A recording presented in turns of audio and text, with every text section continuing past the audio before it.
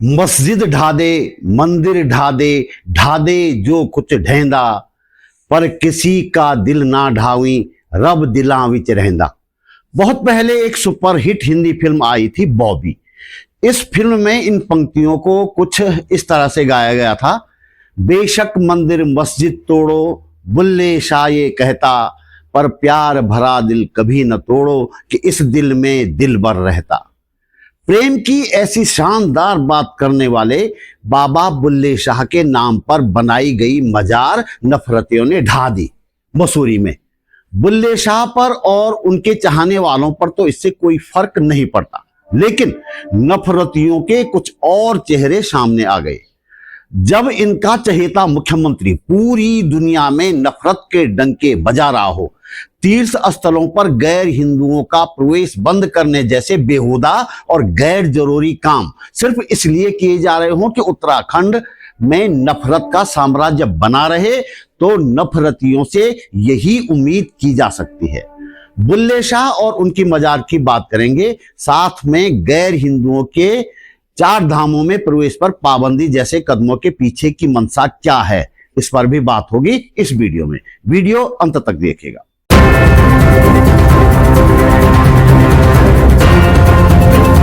नमस्कार, बात बोलेगी चैनल पर आपका स्वागत। मेरा नाम है त्रिलोचन भट्ट और मैं करता हूं जन सरोकारों की बात। बात बोलेगी चैनल घोर आर्थिक संकट के बावजूद चलाया जा रहा है, आपको पता है, और ये इसलिए चलाया जा रहा है ताकि सरकारी और प्रायोजित खबरों के इस दौर में सच्चाई का एक छोटा सा अंश ही सही हम आप तक पहुंचा सके। हमें आपके आर्थिक सहयोग की जरूरत है। बात शुरू करने से पहले ये वीडियो देखिए। 24 जनवरी का है, मसूरी का। बाबा बुल्ले शाह के नाम पर एक मजार है मसूरी के बारलोगंज में। कुछ तथाकथित हिंदू रक्षकों ने तोड़ दी। मकसद साफ है, उन्माद फैलाना, एजेंडे को आगे बढ़ाना।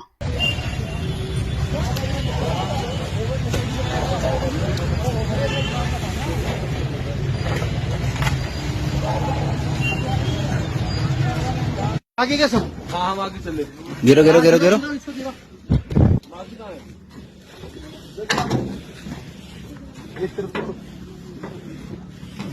भोसड़ी के ने ओम 786 दरगाह एक ओमकार और चर्च सब बना रखा।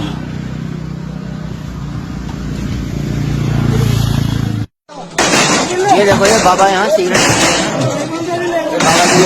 फाड़ दो फाड़ दो फाड़ दो फाड़ दो फाड़ दो और दो वाला भी फाड़ दो।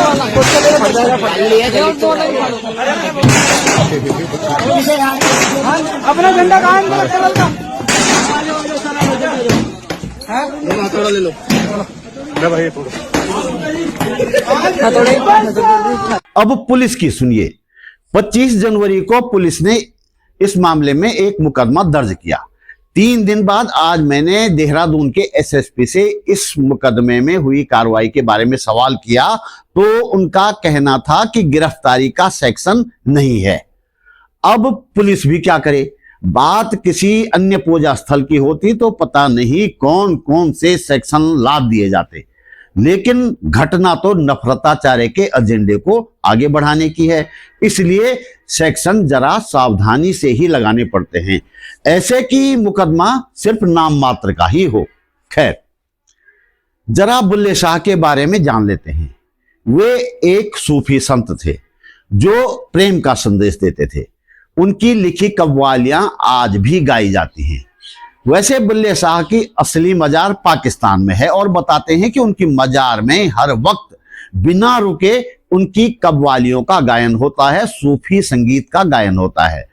मसूरी में शायद उनके चाहने वालों ने उनके नाम पर ये दरगाह बनाई होगी जो सैकड़ों साल पुरानी थी।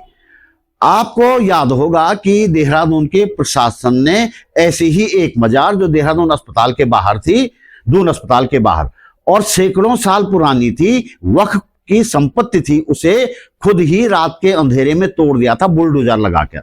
ऐसे में सरकार समर्थकों ने बुल्ले शाह की दरगाह को तोड़कर सरकार के ही काम को आगे बढ़ाया है, बीजेपी सरकार को। इनमें हमें पुलिस से ज्यादा कुछ उम्मीद नहीं करनी चाहिए, न तो है। बॉबी फिल्म में बुल्ले शाह के गीत की कुछ पंक्ति। उत्तराखंड सरकार एक खास पैटर्न पर चलती है। जब भी कहीं किसी मसले पर सरकार घिर रही होती है तो तुरंत उस घटना को हिंदू मुस्लिम का एंगल दे दिया जाता है या कोई दूसरा हिंदू मुसलमान विवाद खड़ा कर दिया जाता है। आप देख सकते हैं पुरानी घटनाएं। पेपर लीक में एक मुस्लिम का नाम आया तो हमारे नफरताचार्य नफरत में देश भर में नंबर 1 पोजीशन रखने वाले पुष्कर सिंह धामी ने एक नया शब्द इजाद कर दिया था, नकल जिहाद। हाल के दिनों में अंकिता के मामले को लेकर सरकार की खूब फजीहत हो रही है और कुछ और मामलों में भी।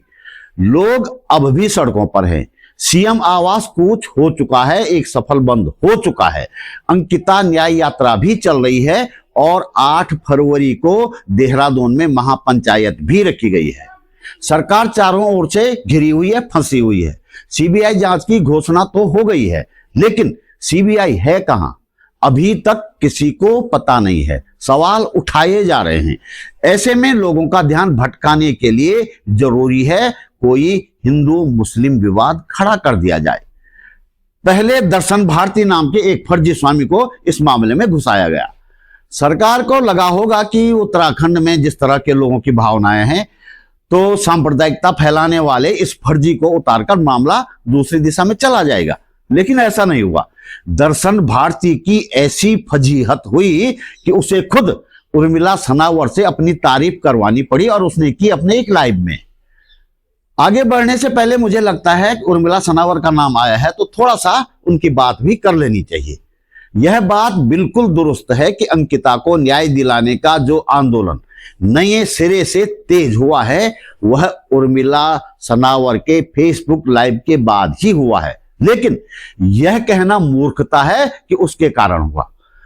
उसका कारण उर्मिला सनावर बिल्कुल नहीं है, बल्कि हम सब के भीतर वह टीस है उसका कारण, इस नए सिरे से इस आंदोलन का कारण जो लगातार हमें झंझोड़ रही थी कि अंकिता के साथ पूरा न्याय नहीं हुआ है।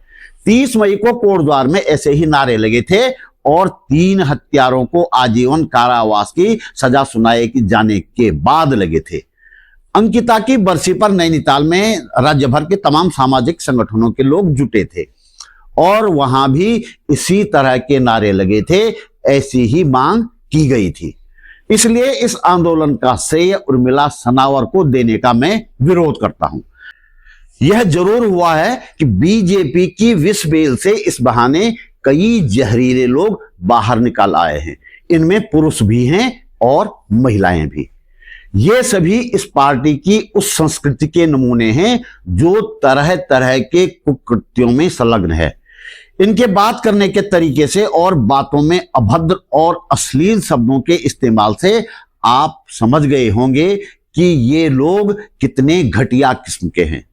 अंकिता की बरसी पर नैनीताल में हुए प्रदर्शन की एक झलकी देख लीजिए और समझ लीजिए कि यह आंदोलन कभी खत्म नहीं हुआ था और उर्मिला सनावर ने सुरेश राठौर से अपनी व्यक्तिगत लड़ाई में गैर इरादतन वो चिंगारी दिखा दी जिसकी धीमे पड़े अंकिता न्याय आंदोलन को जरूरत थी।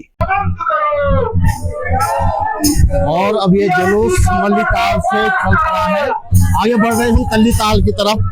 तमाम बड़े बड़े लोग यहाँ पे शामिल हैं। मैं देख रहा हूँ राजीव लोचन साहा जी हैं, डॉक्टर शेखर पाठक हैं, कमला पंत जी हैं, माया सिरवाल जी हैं, उमा भट्ट जी हैं और भी तमाम लोग इस जुलूस में शामिल हैं।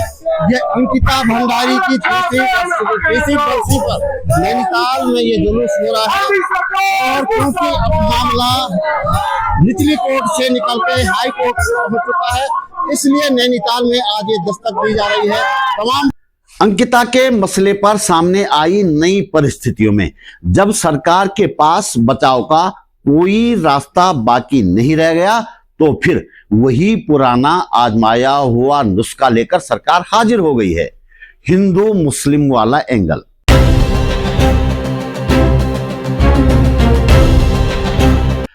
अंकिता के मामले में दुर्भाग्य से दूर दूर तक कोई मुस्लिम नाम नहीं है। बेटी हिंदुओं की, हत्यारे हिंदू ही नहीं बल्कि तथाकथित हिंदू रक्षक पार्टी के लोग और वीआईपी होने के जिन लोगों पर आरोप लगे हैं, जो नाम सामने आए हैं वे भी हिंदू। ऐसे में इस मामले को किसी जिहाद से जोड़ना संभव नहीं हो पाया। वरना नफरताचार्य तुरंत एक नया शब्द ले आते, वीआईपी जिहाद। लेकिन ऐसा नहीं हुआ। मामले को भटकाने के लिए कोई हिंदू मुस्लिम विवाद खड़ा किया जा सकता है तो सरकार ने किया, और सामने आया चारों धामों में गैर हिंदुओं का प्रवेश बैन कर देना। पहले हर की पैड़ी पर इस तरह के होर्डिंग लगाए गए, फिर खबर आई कि गंगोत्री में गैर हिंदुओं का प्रवेश बंद कर दिया गया है, और अब चारों धामों में गैर हिंदुओं का प्रवेश वर्जित करने की चर्चा की जा रही है। सवाल यह है कि क्या सिख, बौद्ध और जैन भी चार धाम नहीं जा सकेंगे? संविधान में चारों धर्म अलग हैं। कुछ कानूनी पहलुओं में बेशक चारों धर्मों को एक साथ रखा गया हो, लेकिन बाकी सभी मामलों में ये चारों धर्म अलग हैं। बहुत चालाकी के साथ सिख, बौद्ध और जैन धर्मों की अलग पहचान को मिटाने का प्रयास किया गया, छिपाने का प्रयास किया गया, जबकि ये तीनों धर्मों के लोग अपना अलग वजूद रखते हैं। हमारा समाज और हमारा संविधान उनकी अलग पहचान को पूरा सम्मान देता है, सम्मान की दृष्टि से देखता है। अब सवाल यह कि यदि इन तीनों धर्मों के लोगों का भी चार धामों में प्रवेश बंद करवाया जाएगा तो फिर उत्तराखंड के मौजूदा राज्यपाल भी इन धामों में नहीं जा पाएंगे। वे सिख हैं। बद्री केदार मंदिर समिति के अध्यक्ष का ये बयान सुन लीजिए। संविधान में स्पष्ट है, संविधान का जो अनुच्छेद जो स्पष्ट हमारे पास में ये है, संविधान की प्रति मैं आपको दिखा रहा हूँ। ये जरूर आप हमारे कांग्रेस मित्रों को और उन सबको जरूर दिखाइएगा जिन्होंने शायद संविधान को पढ़ा नहीं और बिना संविधान को पढ़े हुए, क्योंकि हम सब लोग संविधान को मानने वाले हैं। इसमें आर्टिकल 25 में जो है और आर्टिकल 26 में स्पष्ट जो हमारी धार्मिक मान्यता है, धार्मिक संस्थानों को किस प्रकार से चलाया जाता है और हिंदू धर्म की परिभाषा क्या है, जिसको लेके बार बार गुमराह किया जा रहा है कि महामहिम राज्यपाल भी हमारे यहाँ से हैं, वो सिख समाज से हैं। माननीय महामहिम राज्यपाल जी का जो है कि आस्था हमेशा कपाट खुलने और कपाट बंद होने के समय वो दोनों समय वहां पर उपस्थित रहते हैं। सनातन धर्म के प्रति उनकी बहुत बड़ी आस्था है, और ये अनुच्छेद 25(2)B में स्पष्ट लिखा हुआ है कि सिख समाज, जैन समाज और बुद्धिस्ट समाज जो है हमारा वो हिंदू धर्म है। ये कह रहे हैं कि सिख, जैन और बौद्ध तो हिंदू ही हैं। अरे भाई, किस हिसाब से वे हिंदू हैं? क्योंकि इस बात से तुम्हारा हित सध रहा है तो वे हिंदू हो गए। इन धर्मों के धर्माचार्यों से ये बात कहलवा कर दिखाओ, तब तो हम माने भी। और जब बद्री केदार मंदिर समिति के अध्यक्ष कहते हैं कि सिख, जैन और बौद्ध तो हिंदू ही हैं, तो साफ ध्वनित होता है कि ये जो नियम है बैन का सिर्फ मुसलमानों के लिए है। तो भाई, जो गैर हिंदू की रट तुम लगा रहे हो, सीधे सीधे बोलो ना, मुसलमानों के लिए ये नियम बनाया जा रहा है।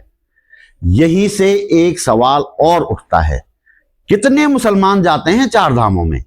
मंदिर परिसर में कोई मुसलमान अपने हिंदू दोस्तों के साथ जाता होगा तो जाता होगा, वरना मंदिर के भीतर कोई मुसलमान नहीं जाता है। दूसरा सवाल ये कि केवल मंदिर परिसर में ही इनका प्रवेश निषेध होगा या इन मंदिरों के नगरों की सीमा में ही घुसने पर पाबंदी होगी? यदि केवल मंदिर परिसरों में जाने पर पाबंदी लगनी है तो इस पाबंदी का कोई मतलब नहीं है, क्योंकि कोई मुसलमान वहां नहीं जाता। और यदि धामों के नगरों में ही घुसने पर पाबंदी लगाई जानी है तो इससे तीर्थाटन में और व्यापार में कितना फर्क पड़ेगा, उन पर कितना असर पड़ेगा, इसका भी हिसाब कर लेना। क्योंकि बड़ी संख्या में तीर्थ यात्रियों को गाड़ियों में चार धाम लाने वाले लोग मुस्लिम हैं। धामों में होने वाली कई दूसरी गतिविधियों में भी मुसलमानों की भागीदारी होती है। यहां विषयांतर करते हुए मुझे एक बात और जोड़नी है।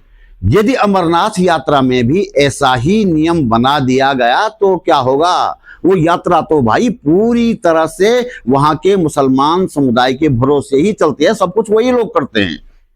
एक बात और याद दिलानी है, सर्वविदित है कि बद्रीनाथ की जो आरती वहां गाई जाती है वो नंद प्रयाग के एक पोस्टमैन फखरुद्दीन ने लिखी थी। ये आरती जब काफी प्रसिद्ध हो गई तो फखरुद्दीन ने अपना नाम बदलकर बदरुद्दीन कर दिया था। हालांकि बाद में इस बात को गलत साबित करने के कई प्रयास किए गए। कुछ साल पहले तो एक भूवैज्ञानिक ने कुछ कुतर्क गढ़कर कहने की कोशिश की कि बद्रीनाथ की आरती किसी बदरुद्दीन ने नहीं लिखी थी। जब तक बीजेपी की सरकार है तब तक ऐसे प्रयास होते ही रहेंगे, ये तय है। बेशक ये सरकार अंकिता के वीआईपी की जांच करवाने में अक्षम है, बेशक ये सरकार लोगों को बाघों और भालुओं से नहीं बचा पा रही है, बेशक ये सरकार युवाओं को रोजगार उपलब्ध करवाने में नाकाम है, लेकिन इस सरकार के हाथ में हिंदू मुसलमान वाला एक मजबूत हथियार है। जब भी सरकार किसी बात पर घिरेगी, जब भी सरकार के पास किसी बात का जवाब नहीं होगा, जब भी सरकार किसी मामले में बैकफुट पर आएगी, तब वह अपने इस हथियार का इस्तेमाल करती रहेगी और हम मान भी लेंगे कि हिंदू खतरे में है। आज पूरे देश की यही विडंबना है और उत्तराखंड इस मामले में दुनिया में नाम कमा रहा है। तो दोस्तों, इस वीडियो में इतना ही। हम आपसे सहयोग की उम्मीद करते हैं। आप वीडियो को लाइक करके, कमेंट करके और शेयर करके सहयोग कर सकते हैं। एक छोटी सी राशि आर्थिक मदद के रूप में आप दे सकें तो हम आपके आभारी रहेंगे। हम जनता की बात करते हैं, किसी राजनीतिक दल, धन्ना सेठ या सरकार के सामने हाथ नहीं फैलाते, इसीलिए जनता की बात, आपकी बात बेबाकी से बोल पाते हैं। जब तक संभव होगा हम सच्चाई को सामने लाने की कोशिश करते रहेंगे, संवैधानिक मूल्यों की स्थापना करने के प्रयास करते रहेंगे। आप पहली बार मेरे चैनल पर आए हैं तो प्लीज चैनल को सब्सक्राइब करना न भूलिएगा। आपकी आर्थिक मदद मुझे हौसला देती है सच बोलने की। जल्दी मिलते हैं एक और मुद्दे के साथ, एक और वीडियो में। नमस्कार।